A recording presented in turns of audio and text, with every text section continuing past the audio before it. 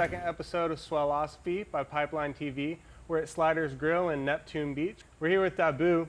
He's one of the lead surf and marine forecasters for the Atlantic coast. He tracks Atlantic systems all up and down the east coast of Florida. And we wanted to chat a little bit with you. So let's start off. Where'd you come up with that name, Dabuh? And Dabuh is a little tag that I got years ago. It's short for Dabuh. I got a little Buddha belly right here, but more importantly for the all-knowing. Right. That's awesome. So, how'd you get started in the forecasting? Kind of from day one, how'd that begin? And then how'd you kind of, become famous, if you will, if you like that word? Well, it's a funny story. I used to live 2 blocks south of the old Jax Beach Pier, oceanfront. Had a little 2-bedroom apartment, and every morning I got up, I could tell whether or not there was waves or not. Walk out your door and look. Yeah. And if there was no waves, you'd go to work or do whatever. But I wasn't really concerned with the forecast.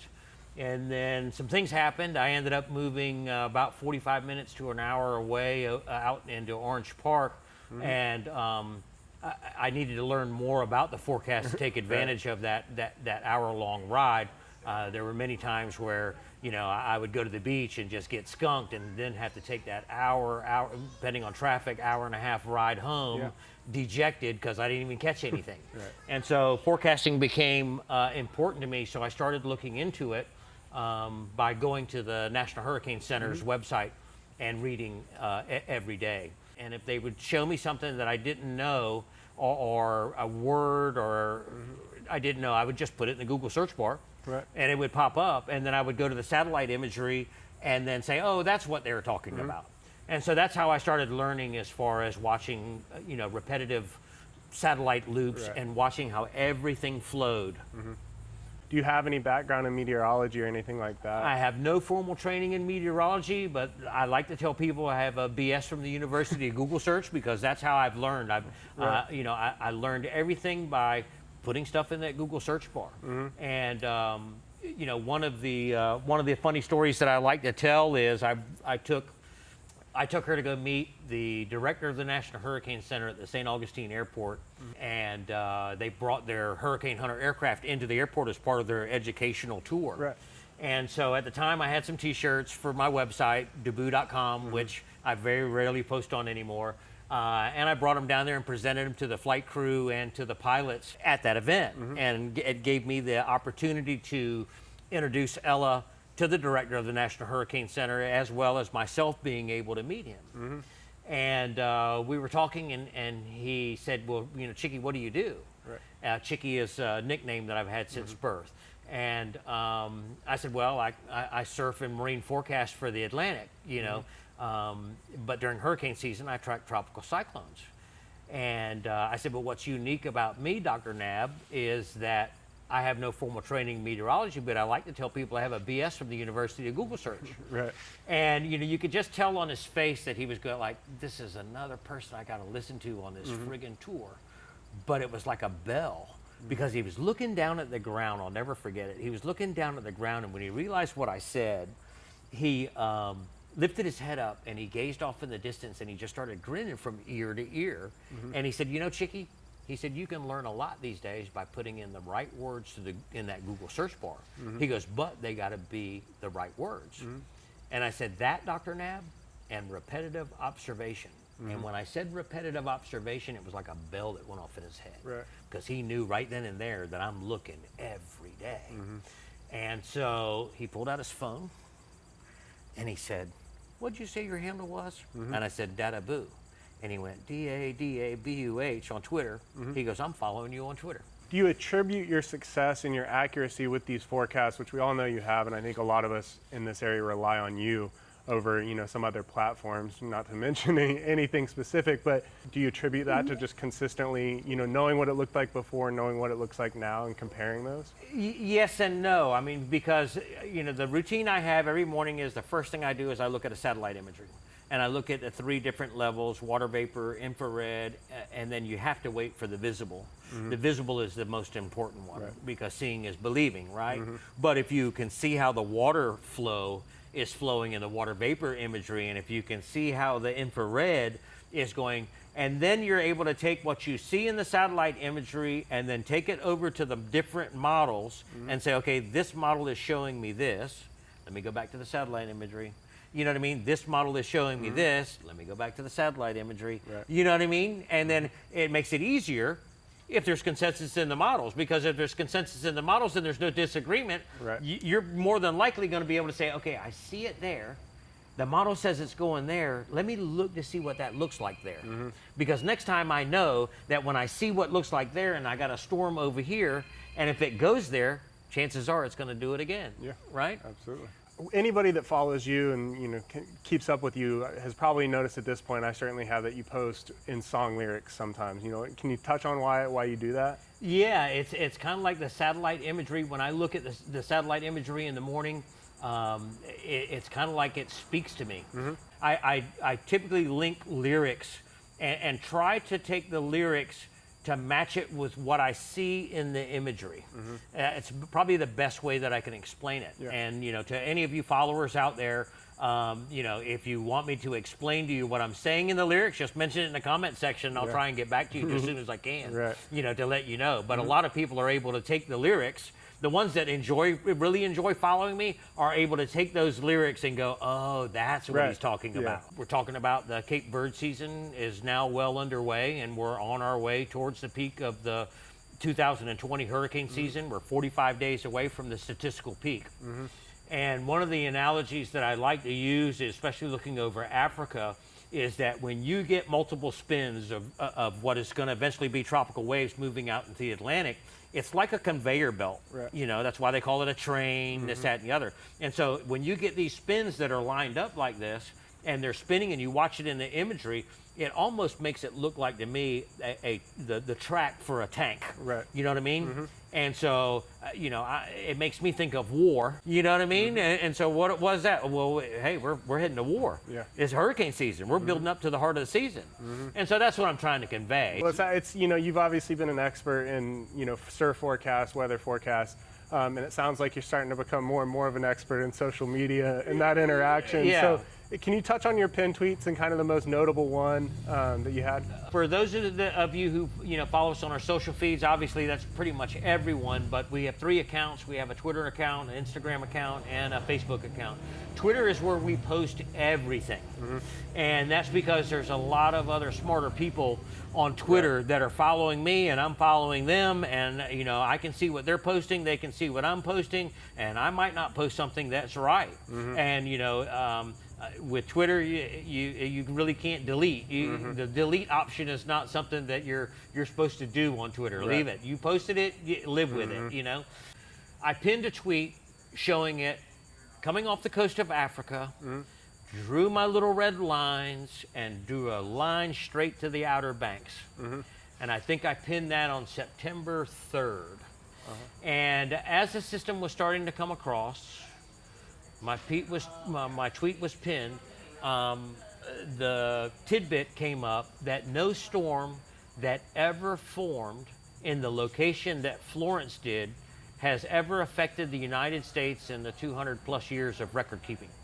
But there was my pinned tweet there day after day.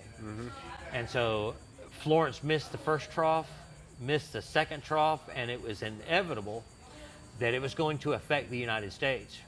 And going back to the degreed meteorology thing, and a non-degreed meteorologist person, to post that post, that created, because of that tidbit, that created the hype versus reality article that was written. And that basically said, and it may not have been directly related to me, it could have been to anybody, but the gist of it was anyone that's telling you that Florence is coming to the United States is all hype, because no storm that ever formed in that location has ever affected the United States. And so I had a guy that just had started following me, and I guess after a month or two, it was inevitable that Florence was going to affect the United States. He sends me a direct message on Twitter, and he says that he's been following for a while, and he didn't know if I knew who the Cajun Navy was. And I said, yeah, Cajun Navy, you guys are the ones that went into Katrina with your airboats and evacuated people and got them out of the floodwaters. And he said, yeah. He said, well, we're getting ready to deploy and we're heading towards the Outer Banks. Seems like you know what you're talking about. What we'd like to know from you is where should we go? And I was like, well, I don't know, man. You know, let me get back to you. And for no matter what rhyme or reason, the next morning I woke up and I pulled up Google Maps and I zoomed in on North Carolina. And for whatever reason, the town of Lumberton, North Carolina popped up. It was just staring me right there in the face. And I said, that's got to be it. So I said, hey, man, you need to go to Lumberton, North Carolina. So he left Louisiana. They're based out of Louisiana. And him and his crew, they headed to the Outer Banks. Well, it just so happens that in Lumberton, there was a river there that was going to exceed the dam, and the dam burst, and so there was significant flooding that was there. And there was an elderly retirement home that was there that happened to be abandoned by the staff. And they left, I think, 28 to 30 elderly people to fend for themselves as the flooding waters were rising. And he happened to be there. And in the process of that, there happened to be a Discovery Channel film crew that was there to document it. And they were able to evacuate, 28 people, I think it was. And he hooked up with the people from the Discovery Channel.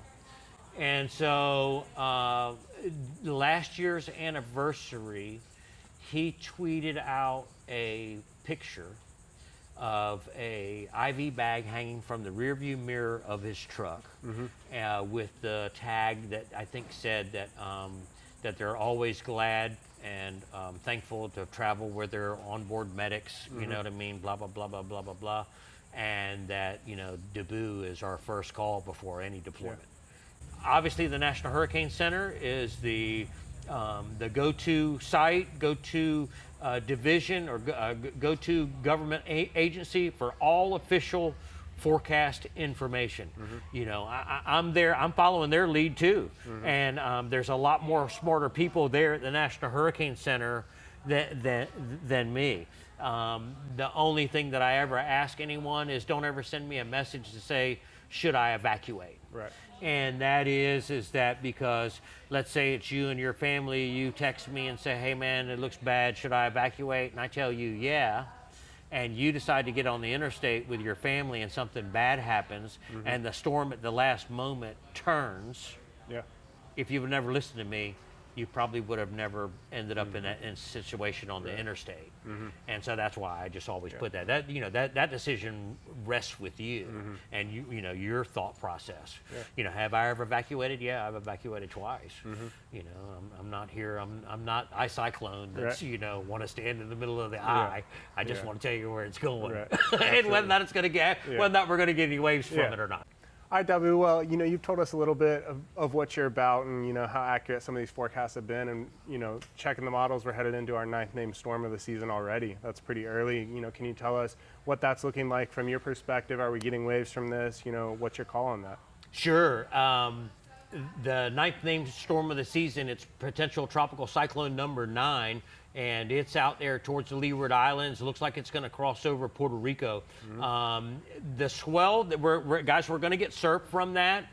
You'll probably see this video, and the swell has probably already happened, but we're going to get surf from that.